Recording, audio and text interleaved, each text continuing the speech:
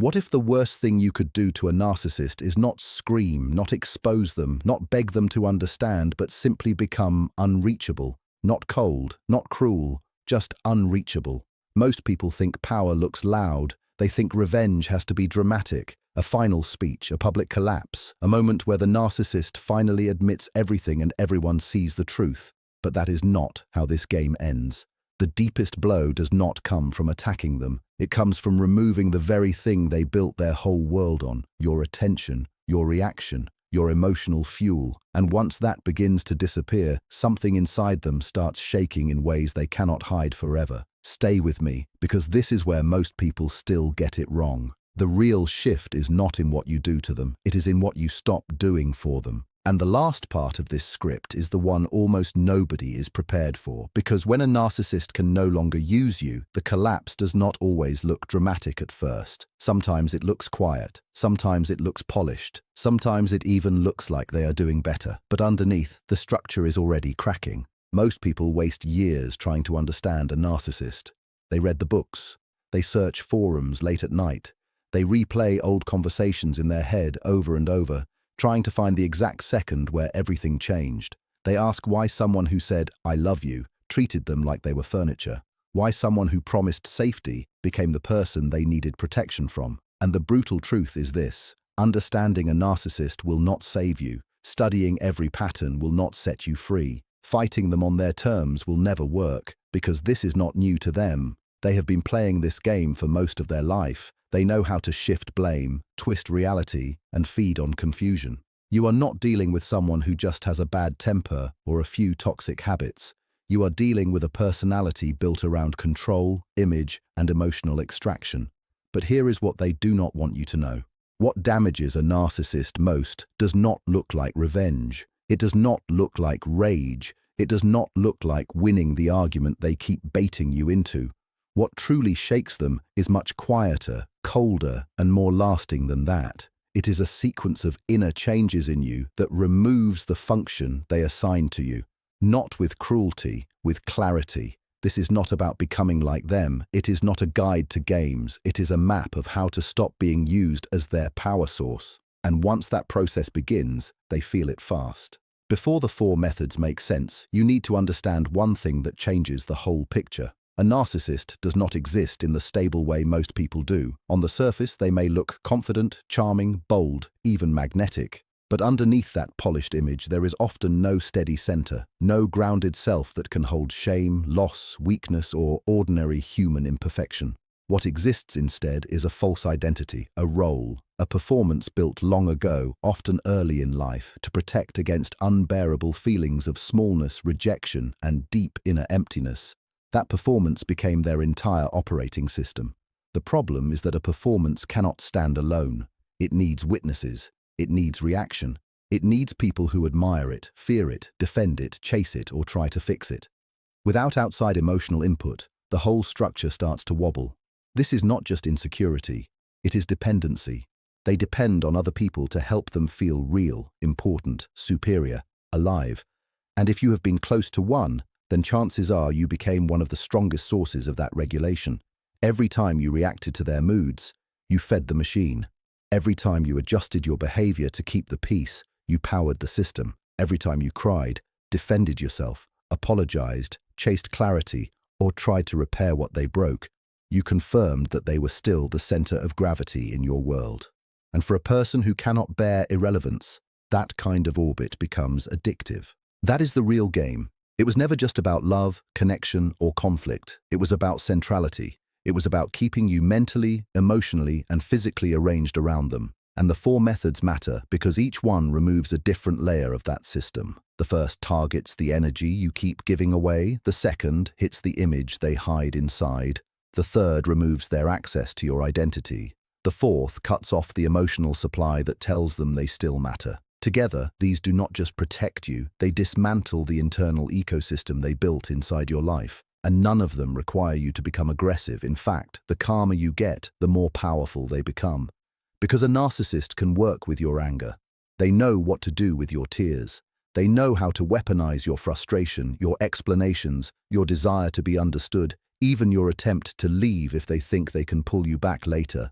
What they cannot process is the version of you that is no longer organized around them, the version of you that does not need them to explain themselves, confess, fix it, or even fail publicly in order for you to move forward. That version of you is not heartless. It is not numb. It is not defeated. It is free.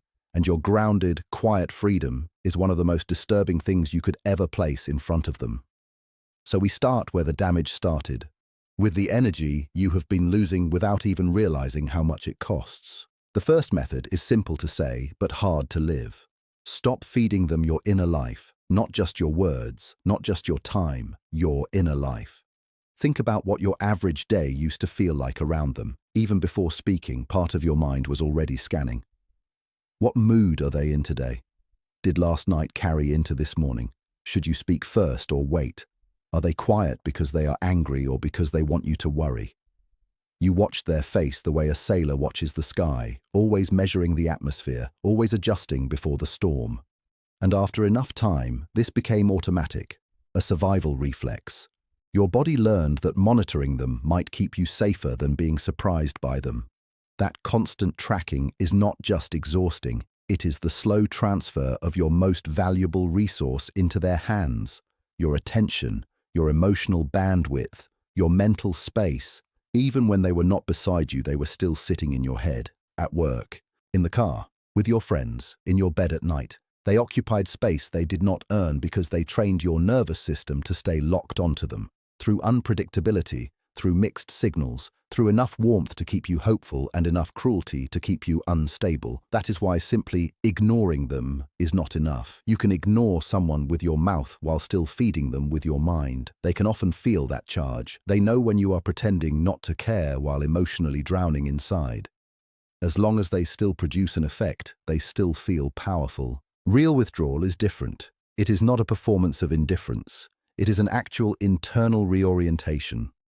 A quiet decision to stop making them the organizing force of your day, to stop filtering every choice through the question of how they will react, to reclaim the mental real estate they have been living in without permission.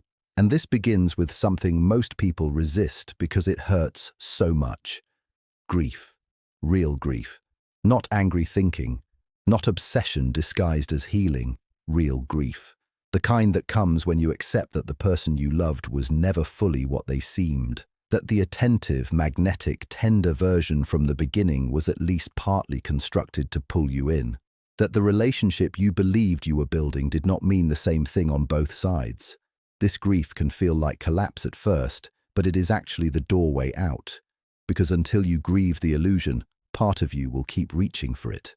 You will keep waiting for the beginning to come back. Keep hoping the soft version returns. Keep giving chances that cost you everything and mean almost nothing to them. When grief starts doing its work, the emotional charge around them changes. Slowly, not all at once. You stop replaying every scene trying to solve a puzzle with missing pieces. You stop looking for logic where there never was any real honesty. You stop waiting for an apology they are not built to give in a real and lasting way. And in that quiet space, your own self begins returning to you. This is when the first visible shift happens. Not because you make a big announcement, not because you suddenly deliver a powerful speech, but because your presence changes. You stop bracing every time they enter the room. You stop over-explaining. You stop apologizing for things that were never your fault. You stop adjusting every emotion in your body to keep them regulated, and they feel this immediately. Narcissistic people are often highly sensitive to changes in emotional supply. They may not understand love deeply, but they understand shifts in control. When the current that used to flow toward them weakens, they feel the temperature drop. Then they test it. They provoke. They pick fights. They create scenes. They toss out guilt. They act wounded. They bait you with fake tenderness. They manufacture little emergencies designed to pull you back into your old role, where their emotional state becomes your full-time job. This is the moment where your task becomes very clear. Notice it. Do not merge with it. You do not need to freeze into stone. You do not need to become robotic. You just need to stay with yourself instead of being hijacked by them. Because here is the truth nobody says clearly enough. Their power was never fully theirs. It was yours on loan. Their influence over your self-worth, your peace, your reality, your mood, All of it depended on energy you were supplying. You were the engine, you were the battery, you were the field they kept harvesting. The moment you begin taking that energy back for real, their power does not just weaken, it starts evaporating because it was never self-generated, it was borrowed from you the whole time. Once your energy starts leaving the system, they do not simply accept it, they cannot. Their structure depends on it too much. So their next move is almost always the same.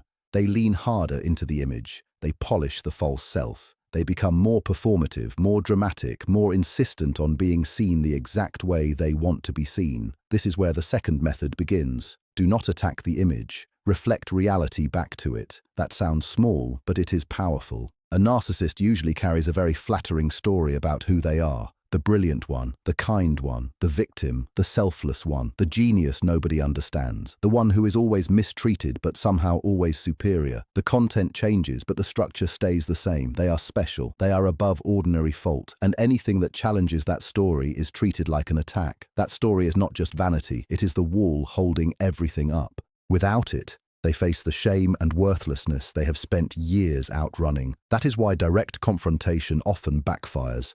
The moment you come at the false self with heat, they get what they need, a target. Now, the conversation is not about the lie, the contradiction, or the abuse. It is about your tone, your anger, your instability, your inability to communicate. They are experts at flipping the frame. That is why so many people walk away from these conversations feeling like they lost a game they did not know they were playing. So do not give them the drama, give them the mirror. What does that look like in real life? It looks calm. Quiet, almost boring. They tell a grand story. You ask one clean factual question. They twist the past. You say, "That is not how I remember it." They inflate a success. You say, "I thought that decision was made before you came in." No accusation, no mocking, no lecture, just reality placed next to performance. A mirror does not scream, a mirror shows, and that is why it is so disturbing to them. In that small pause, they feel the gap between what they are trying to project and what is actually true. They can sometimes explode after that, yes, or go cold or act offended, but the damage happens in the flicker before the reaction. In that flash, they know you saw through it, and they know you are no longer willing to play the assigned role of audience, defender, or easy believer. Over time, this becomes exhausting for them. Narcissists need people who help carry the image, people who nod, people who absorb the script without improvising. When you calmly and consistently refuse that function, you become difficult to perform around. Heavy, uncomfortable, unsafe for the false self, and they hate that feeling. This is when they often escalate. They go lower. They reach for your old wounds, your fears, the things you once shared in trust. They try sharper tools because the softer ones stopped working. But if you are seeing this, do not panic. That escalation is not proof that the mirror failed. It is often proof that it worked. When illusion stops landing, desperation gets louder. Watch that closely, because this part explains so much of what happens next. There comes a moment, even if it is quiet and fragile, where something in you stops swallowing the old story. The fog thins. You may not feel strong yet. You may still doubt yourself, but some part of you sees the pattern differently. The old explanations stop landing with the same force. You're too sensitive. You always start problems. Nobody else would deal with you. You make me act like this. At some point, the spell weakens just enough for those lines to sound tired instead of true. That is a turning point.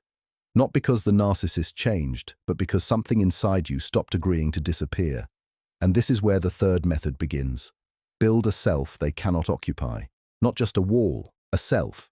This is deeper than going no contact, though sometimes distance becomes necessary. This is about becoming so fully connected to your own mind, values, voice, and identity that there is no longer open psychological space for them to live in.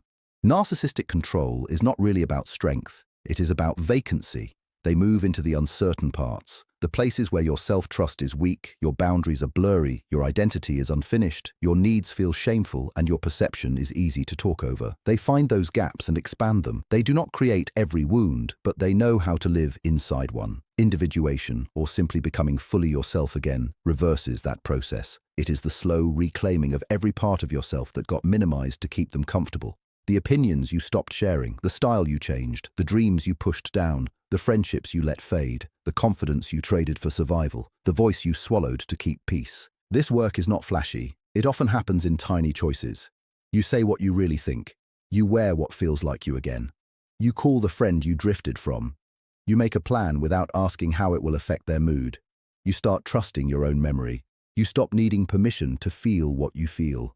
That may sound simple to someone outside the experience, but inside recovery, these are huge acts, because every manipulation they used required a point of entry.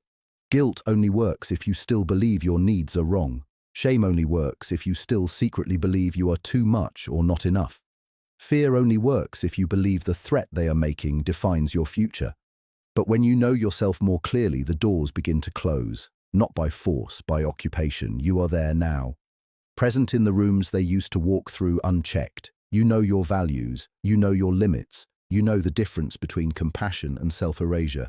And once that foundation gets stronger, the hooks stop landing in the same way. They still try. Of course they do. They may accuse you of changing, becoming selfish, becoming cold, being influenced by others. That is because you did change. You are less available for control. And to someone who benefited from your confusion, your clarity will always look like betrayal. Let that line sink in, because it explains why growth often triggers backlash. The problem was never your weakness. The problem was their access. And when access begins closing, they panic. The fourth method is the one they fear most, even if they never say it out loud. Complete withdrawal of emotional supply. Not just compliments, not just affection. Emotional supply means any reaction that confirms they still have impact. Anger is supply. Tears are supply. Long explanations are supply. Panic is supply. Even visible hurt can be supply, because it proves they still have a direct line into your nervous system. If they can still move you exactly where they want, they still feel powerful. Cutting supply does not mean becoming lifeless. It does not mean you feel nothing. It means your reactions stop serving their system. The insult lands and maybe you feel sadness, maybe you feel disappointment, maybe you feel the old ache for a second, but you do not spin out into the emotional shape they were trying to force.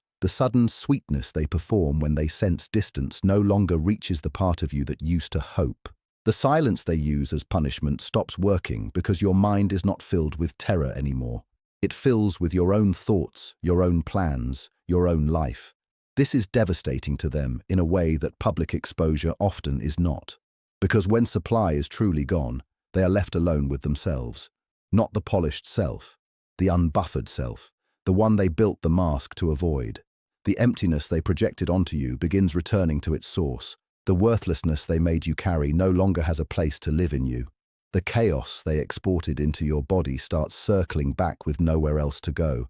And that return can look strange from the outside. Sometimes it looks like rage, sometimes new love bombing, sometimes collapse, sometimes spiritual reinvention, sometimes a sudden public healing story. This is where many people get confused, so slow down and stay with this part. When a narcissist starts losing control, they do not always look destroyed. Sometimes they look more charming than ever, more successful, more polished, more publicly admired.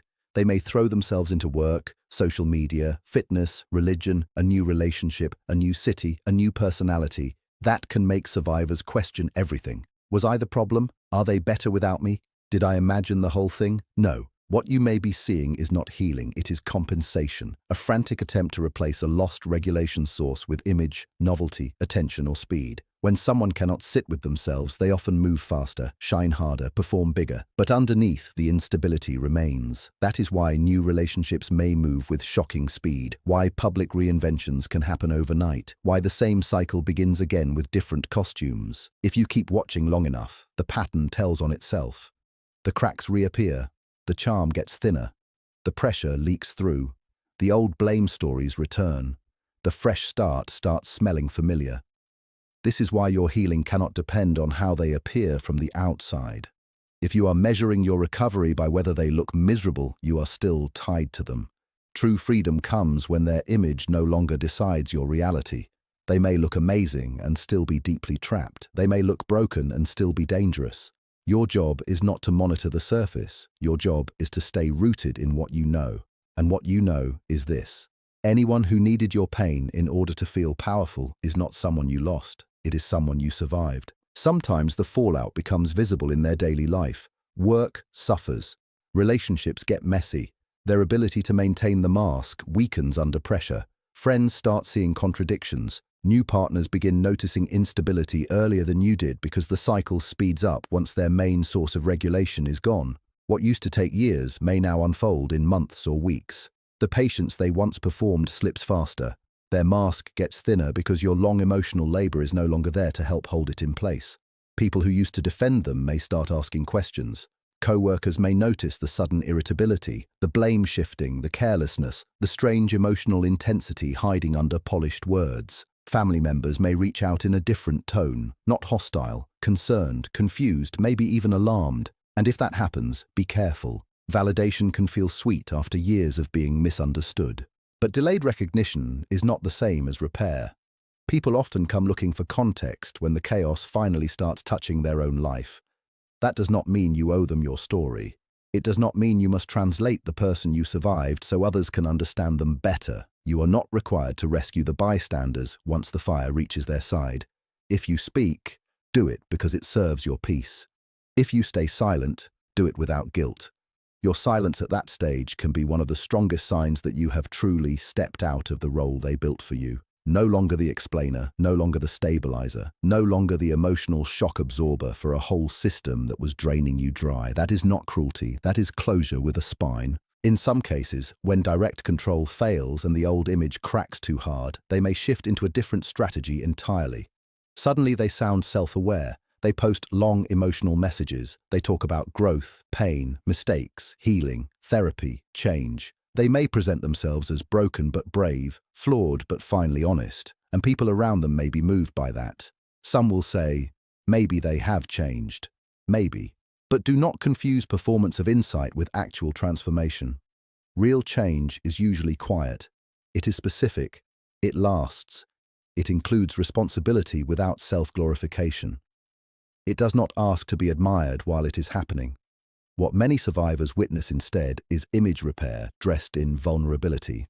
When denial stops working, they try confession. When the villain role becomes too hard to defend, they audition for the wounded hero. Suddenly, the story shifts away from the damage they caused and toward the courage it takes for them to heal.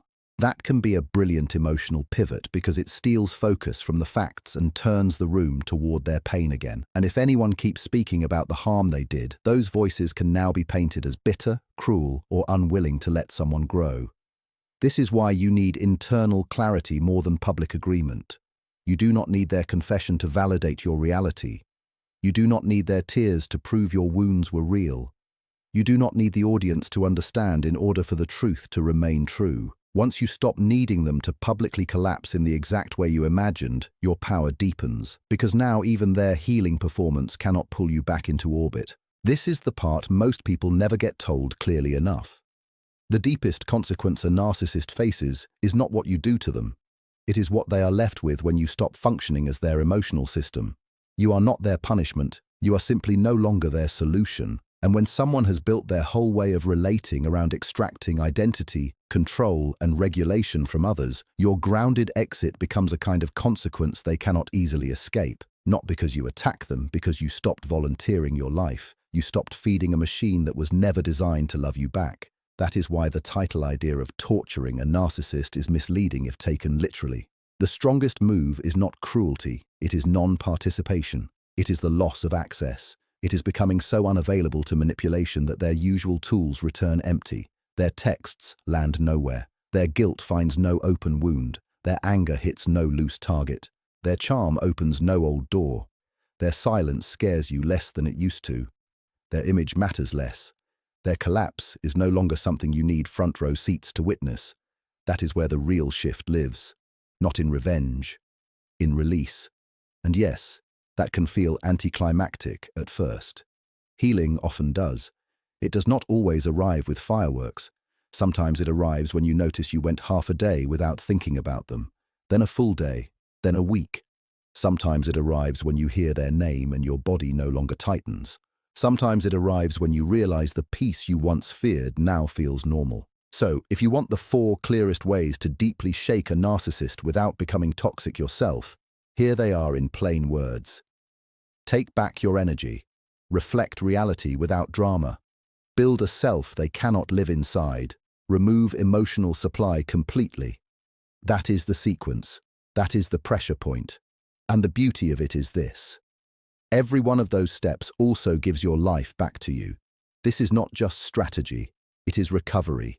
It is reclaiming your mornings, your thoughts, your friendships, your decisions, your taste, your laughter, your nervous system, your future. It is remembering that your mind is not a battlefield they get to camp inside forever. And if you are early in this process, do not be ashamed if it still hurts. Do not shame yourself if part of you still wants answers, justice, or one perfect final moment. That is human. But the real turning point comes when you stop waiting for them to hand you your closure. They never had it. They were never going to give it. Closure starts the moment you stop treating their reaction as the final judge of your reality. Keep that close. Because once you understand this, everything changes. You stop trying to defeat them in a fight they trained for. And you start leaving the arena entirely. That is the move they cannot control. That is the move they cannot digest. That is the move that changes your life. And once you make it for real, they can feel it, even in the silence.